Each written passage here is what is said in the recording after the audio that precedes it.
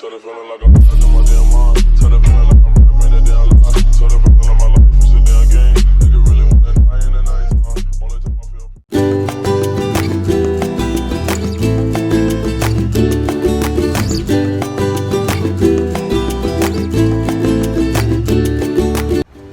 Assalamualaikum warahmatullahi wabarakatuh. Perkenalkan saya Rada Alamsyah dengan nomor PP 200081. Sebagai moderator bersama teman-teman kali ini, kami akan menjelaskan materi tentang kewirausahaan dan kepemilikan bisnis yang beranggotakan Dengan saya sendiri yaitu Zahwatul Khairi dengan BP 200102. Saya Nika Nurzana dengan BP 200076. Saya Ayunda Yuliadi Putri dengan BP 200058. saya Putri Sabrina dengan nomor BP 200080. Saya Lydia Tasya dengan nomor BP 200071. Sebelumnya kami ucapkan terima kasih kepada Ibu dosen Ibu Cynthia Oneskali SEMM yang telah memberikan kesempatan kepada kami untuk menjelaskan materi tersebut. Baiklah, materi pertama akan dijelaskan oleh Nike Nurzana. Kepada Nike dipersilakan. Terima kasih kepada moderator. Baiklah, saya akan menjelaskan pengertian bisnis kecil. Bisnis kecil dioperasikan dan dimiliki secara independen serta tidak mendominasi pasarnya. Kontribusi dari bisnis kecil dapat diukur berdasarkan efeknya berdasarkan 3 sistem ekonomi. 1. Penciptaan lapangan kerja. 2. Inovasi. 3. Arti pentingnya bisnis besar. Kelompok industri kecil utamanya adalah jasa, kontribusi, keuangan, asuransi, eceran, dan transportasi. Terima kasih. Terima kasih kepada Nike Nurzana. Materi selanjutnya akan disampaikan oleh Ayunda Lyadi Putri. Kepada Ayunda dipersilakan. Baiklah, terima kasih kepada moderator. Saya akan menjelaskan tentang pengertian kewirausahaan serta perbedaan wirausahawan dengan bisnis kecil. Wirausahawan itu adalah mereka yang menanggung risiko besar kepemilikan bisnis dengan pertumbuhan dan ekspansi sebagai tujuan utamanya. Perbedaan antara wirausahawan dengan bisnis kecil adalah aspirasi keinginan wirausahawan untuk memulai suatu bisnis dan menumbuhkannya.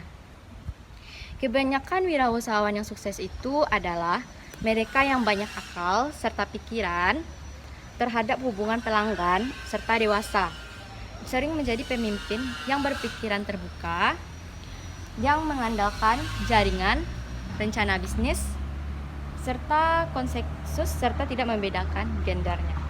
Terima kasih.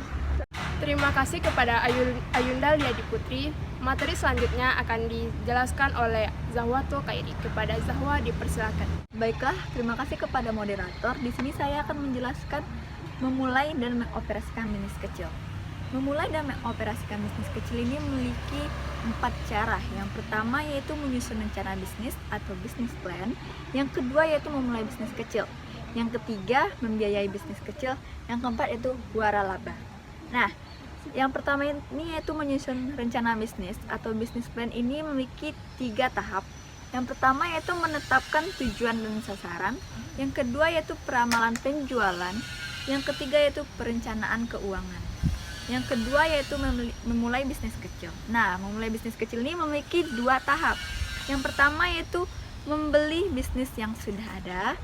Yang kedua yaitu memulai dari awal, yaitu siapa pelanggan saya, dimanakah mereka, pada harga berapa mereka akan membeli, dan dalam jumlah berapa mereka membeli, siapa saja pesaing saya, dan bagaimana produk saya dibandingkan dengan pesaing saya. Selanjutnya yaitu yang ketiga membiayai bisnis kecil. Terima kasih kepada Zahwa. Materi selanjutnya akan dijelaskan oleh saya sendiri. Baiklah, saya akan menjelaskan materi tentang 5 faktor penyebab bisnis baru. Yang pertama, munculnya e-commerce. Yang kedua, wirausahawan yang beralih ke bisnis besar.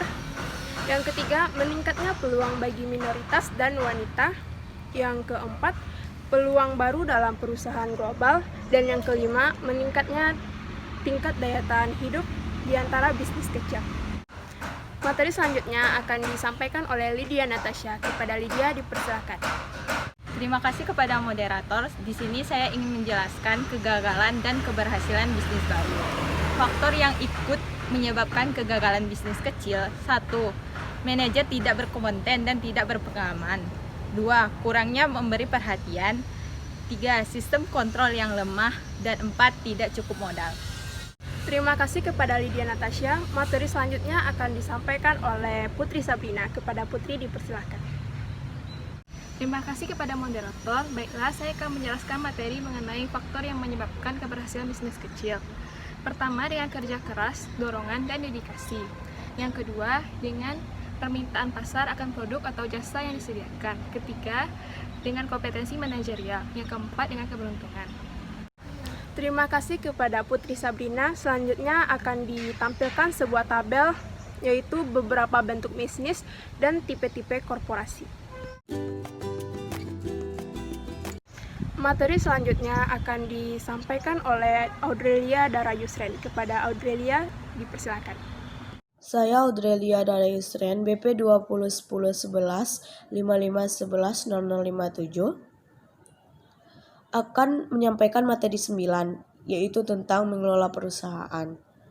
Apa itu? Siapa-siapa aja pengelola perusahaan? Yang pertama adalah corporate governance, yaitu adalah peranan para pemegang saham, direktur, dan manajer dalam pembuatan keputusan perusahaan. Yang kedua adalah kepemilikan saham dan hak-hak pemegang saham. Yang ketiga adalah dewan direksi. Apa itu dewan direksi? Yaitu adalah suatu kelompok individu yang dipilih para pemegang saham untuk mengawasi manajemen perusahaan. Yang keempat adalah officer. Apa itu officer? Yaitu adalah manajer puncak yang dipekerjakan dewan direksi untuk menjalankan perusahaan sehari-hari. Persoalan khusus. Di dalam mengelola perusahaan ada persoalan khususnya. Yang pertama adalah merger. Apa itu merger? Adalah apabila dua perusahaan bergabung untuk menciptakan perusahaan baru. Yang kedua adalah akuisisi. Akuisisi adalah sebuah perusahaan membeli perusahaan lain sepenuhnya. Yang ketiga adalah divestitur. Divestitur adalah suatu perusahaan yang memutuskan apakah mereka perlu lebih fokus pada bisnisnya yang berkembang dan kemudian menjual bisnisnya yang terkait atau kurang bagus kinerjanya. Yang keempat adalah spin-off. Spin-off ini sendiri adalah perusahaan dapat menjual sebagian dari dirinya untuk menambah modal, atau perusahaan memutuskan bahwa suatu atau lebih unit bisnis dapat bernilai lebih besar apabila dijadikan perusahaan terpisah. Terima kasih. Terima kasih kepada Audrelia. Setelah ini kami akan mewawancarai beberapa wirausahawan.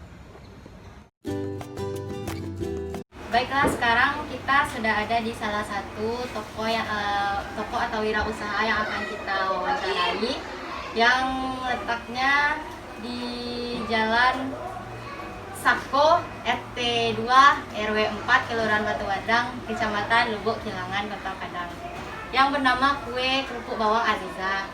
Dan kita sekarang lagi bersama narasumber sebagai sekretaris dari pemilik toko yang bernama Kak Dian. Dan sekarang anggota dari kami akan bertanya satu persatu kepada Kak Dian. Kak, saya mau bertanya, apa saja faktor pendorong Kakak memulai usaha ini? Sebagai sekretaris, mungkin kalau video ini sebenarnya Kak tidak tahu.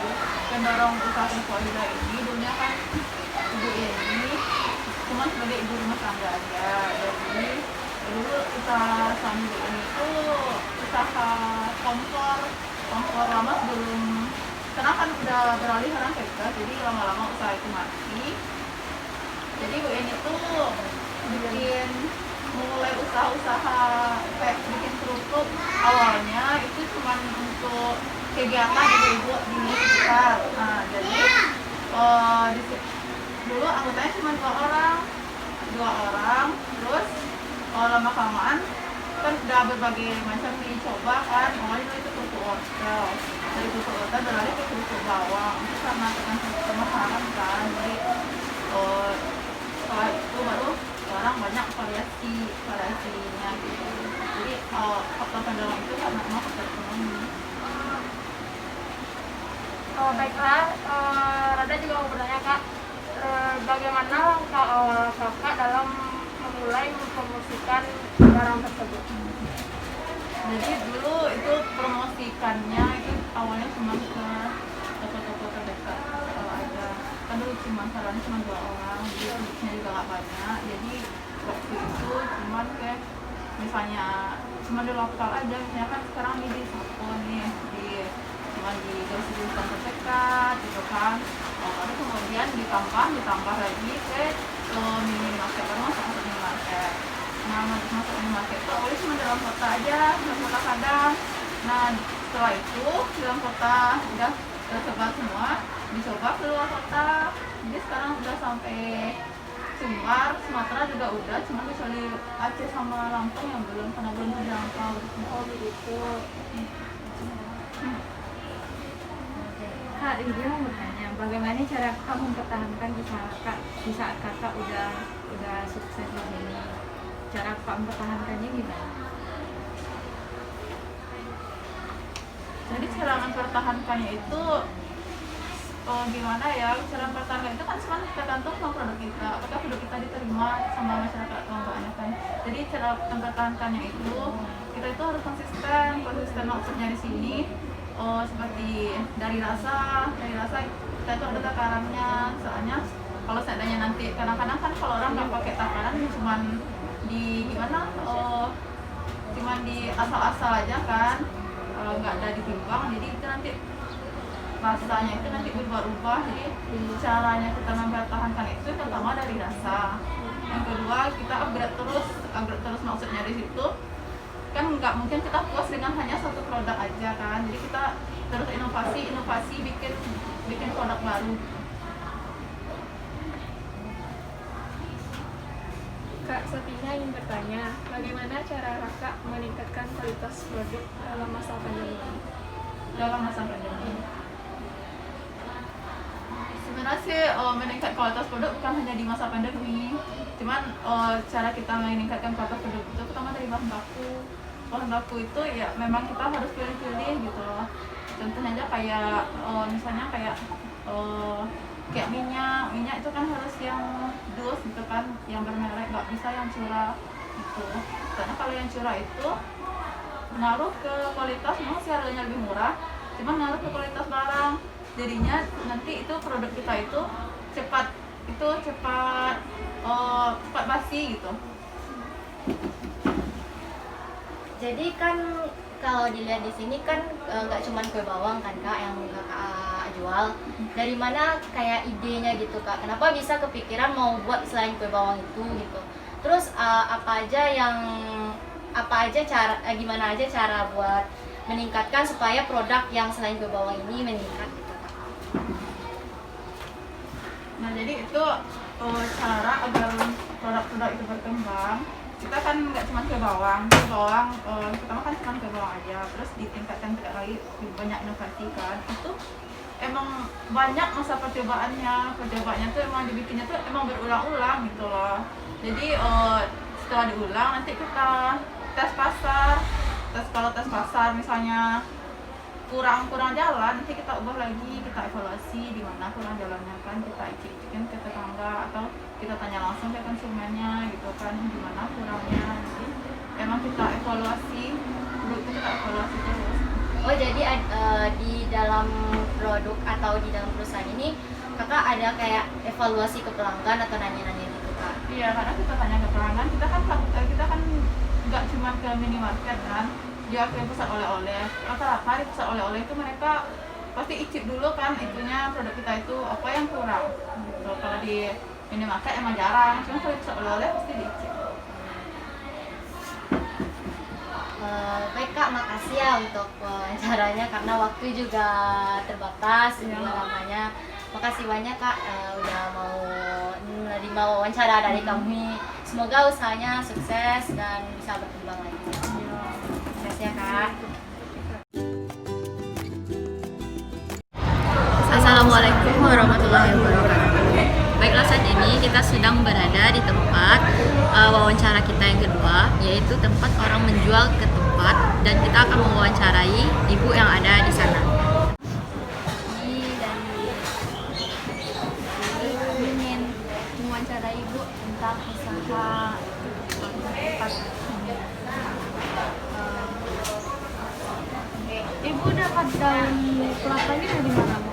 Stok sendiri atau gimana? Stok sendiri.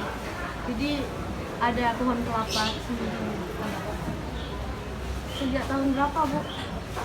Hitung aja lah, udah 20 tahun lebih. Oh, udah lama ya, Bu. Ibu ngambilnya itu apa kayak ibu sendiri gitu atau gimana? Terus kalau buatnya tuh gimana? Kenapa ibu bisa berpikir buat jual ini? Gimana gimana ya? Kan ada gitu mungkin dari iseng-iseng sampai mau disini Udah keturunan. Jadi kayak tidak usaha kayak gitu. Kalau setiap harinya ibu membuat tempat ini berapa per hari? Tergantung minat orang. Oh, tergantung minat. Paling banyak berapa itu, Bu? Nggak bisa dijanjikan. 100 ada. Ribuan. Oh, banyak juga ya. Terus masa pandemi ini berkurang nggak, Bu? Jauh lebih kurang. Jauh banget. Kira-kira berapa persen? Mana ala basian? Enak kan cak sayang? Sayang dong kecil. Lebih kurang, jauh kurang dari sana. Tengah kurang. Tapi lu dari setengah lagi. Jadi sangat apa dampak pandemi ya, Bu, bagi usaha yang seperti ini? Kalau dari ibu sendiri, pandemi ini bagaimana ibu cara meningkatkan keuntungan di pandemi ini? Nggak bisa meningkatkan sedikit pun. Nggak bisa ya, Bu? Bahkan terjun lagi. Iya. Zaman sekarang lah. Bahkan bisa terjun, bisa terjun. Gimana cara meningkatkan? Malah bukan meningkat, malah makin nurun ya, Bu. Berarti cuma dijalanin aja gitu. Berapa dapat itu yang Itu yang bisa dijalani. syukurin aja ya, Bu. Kasih ya, Bu. Kasih ya, Bu.